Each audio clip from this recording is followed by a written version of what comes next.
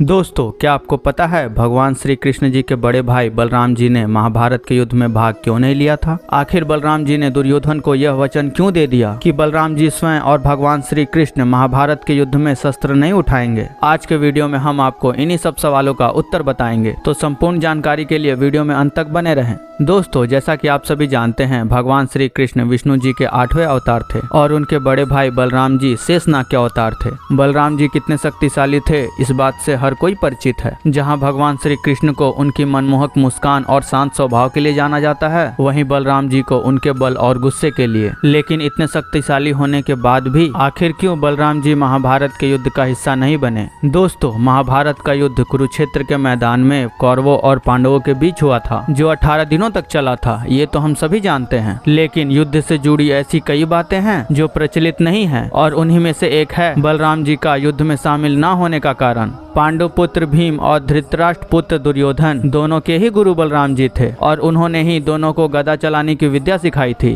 बलराम जी को कौरवों और पांडवों दोनों से ही बहुत प्रेम था। ऐसे में जब कौरवों और पांडवों के बीच महाभारत युद्ध हुआ, तो वे किसी एक का पक्ष लेकर दूसरे के साथ अन्याय नहीं करना चाहते थे। बलराम जी ने तो श्री कृष्ण से भी यही कहा था कि उन्हें भी इस युद्ध में भाग नहीं लेना चाहिए, क्योंकि युद्ध में शामिल दोनों ही पक्ष उनके ही संबंधी है। बलराम जी दुर्योधन को पहले ही वचन दे चुके थे कि महाभारत के युद्ध में श्री कृष्ण और वे स्वयं शस्त्र नहीं उठाएंगे। इसलिए श्री कृष्ण जी ने भी बलराम जी के वचन का मान रखा और युद्ध में बिना शस्त्र उठाए लेकिन अर्जुन के सारथी बनकर हिस्सा लिया। एक तरफ जहां महाभारत के युद्ध में छोटे बड़े राज्यों के सैकड़ों राजाओं ने हिस्सा लिया था, कौरवों के साथ श्री कृष्ण की नारायणी सेना सहित 11 अश्वरोहिणी सेना थी। वहीं दूसरी तरफ पांडवों के साथ केवल 8 अश्वरोहिणी सेना थी। बावजूद इसके बलराम जी ने युद्ध में हिस्सा न लेने का प्रण लिया और तीर्थ यात्रा पर निकल गए।